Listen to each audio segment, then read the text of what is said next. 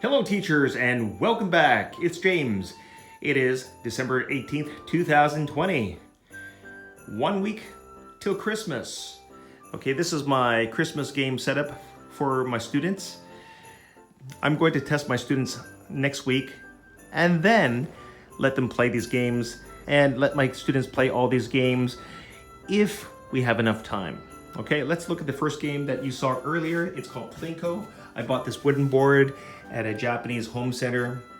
Then I painted it and I made borders like this so that, I'm gonna be using chips so that the chips don't go flying out. And these are nails. They used to be silver. They're rusted because I had them in the shed for years. And I carefully spaced and measured the nails so that these chips, when dropped, can ricochet, sort of like pinball, okay? And they would drop into these chutes. And this can be used for any occasion. Since it's Christmas, I put a couple of Christmas pictures. And I put this plastic border. Sorry about this, I just took it out of the shed. It's dirty. Okay, so I've got a couple of Christmas pictures. And I would tell the students that you need to drop one of these chips into one of these pictures in order to win a candy. Okay, I would tell the students to start anywhere from the top. Most kids would estimate where they need to drop it. So let's say here.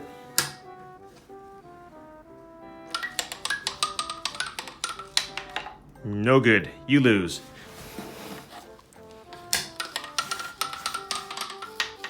You lose, but let's say that it drops into this. I would say you win. Then that child would win a candy. Okay, let's look at the next game. This is a roulette game. It's the Wheel of Fortune. I bought this online from the United States years ago. I can't remember where I bought it from. Okay, so this can be used for any occasion. Since Christmas is coming, I've got a couple of Christmas pictures. I've got Santa Claus and I've got Rudolph the Red-Nosed Reindeer. I would tell my students to spin this 360 degrees, okay? That is 360 do, all the way around, okay? Not like this, because that's cheating, okay? If this lands in one of these pictures, they would win the candy, okay? These two Santa Claus boxes, they're empty at the moment. I would put one candy in one of these and I would shuffle them around. For littler kids, you can shuffle these Santa Clauses in front of them. But for older kids, I would switch them around behind my back or under the table. Okay, that's up to you. I would say, ho, ho, ho. Where is the candy? Ho, ho, ho. Is it here or is it here? So when they guess, they have to say, it's here. Okay, not koko. They'll say koko or soko. That's Japanese, okay? So I want them to say, it's here, or it's here, or this one, or this one for older kids, okay? That's up to you, but that's the way I do it. Okay, the next one is these Santa Claus boots, and I've got these little bells. I just call them jingle bells because they do remind me of jingle bells. I got these from Daiso, and I can't remember where I bought these. I got these years ago. I can't remember. So I tell my students to stand back. Okay, you mark your distance, and I would say there are 8 jingle bells. Throw a jingle bell into Santa Claus's boot, and you win a candy. And they'll say, oh, it's easy in Japanese. Kantan. That means easy. Oh, you mean it's easy? Yes. Okay. We'll see about that.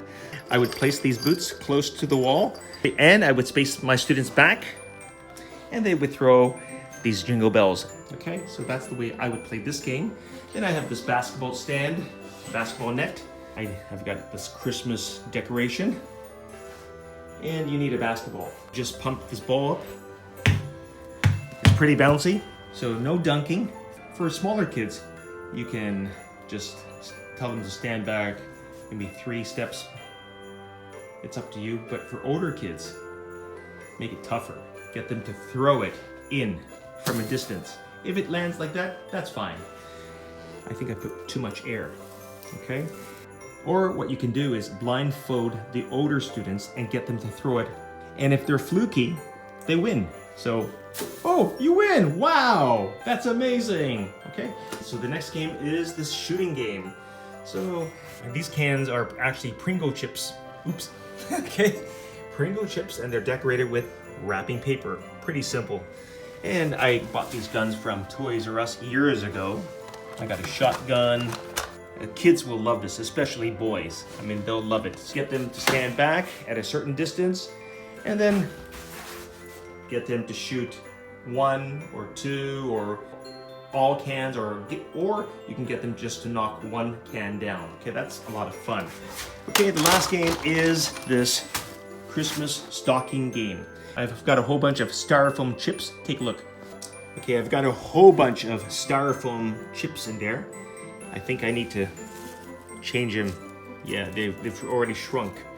Okay, and I would write the word Santa or candy or reindeer, okay, on some of them. And then I would place them all into the bag. Okay, and then zip this up and shake, give it a big shake, and get each child to put their one hand into the bag and grab as many of these styrofoam chips. And I would tell them to grab snow. Okay, take out snow. Take out snow. And they'll say, what? There's snow in here? Okay, it's fake snow, okay? Just take out snow. Okay, so it's like a UFO catcher. And since we're dealing with COVID-19, I would give out plastic bags. I'm going to demonstrate this, okay? I would tell them to put their hand inside. They're not allowed to feel around. They just grab as many and pull out a whole bunch like this, okay? And place them onto the floor or on the table. Go through all of them to find the word Santa or whatever, okay? So let's say that this one has Santa and this one has Santa and these don't have anything. So that child would win 2 candies. Okay, so that's how to play this game. It's a lot of fun. I've played these games for years. I know they work. Japanese kids really appreciate these games, okay? They're having fun and they're using English. And that's it for this video, guys. Thanks for watching. Happy holidays. Bye.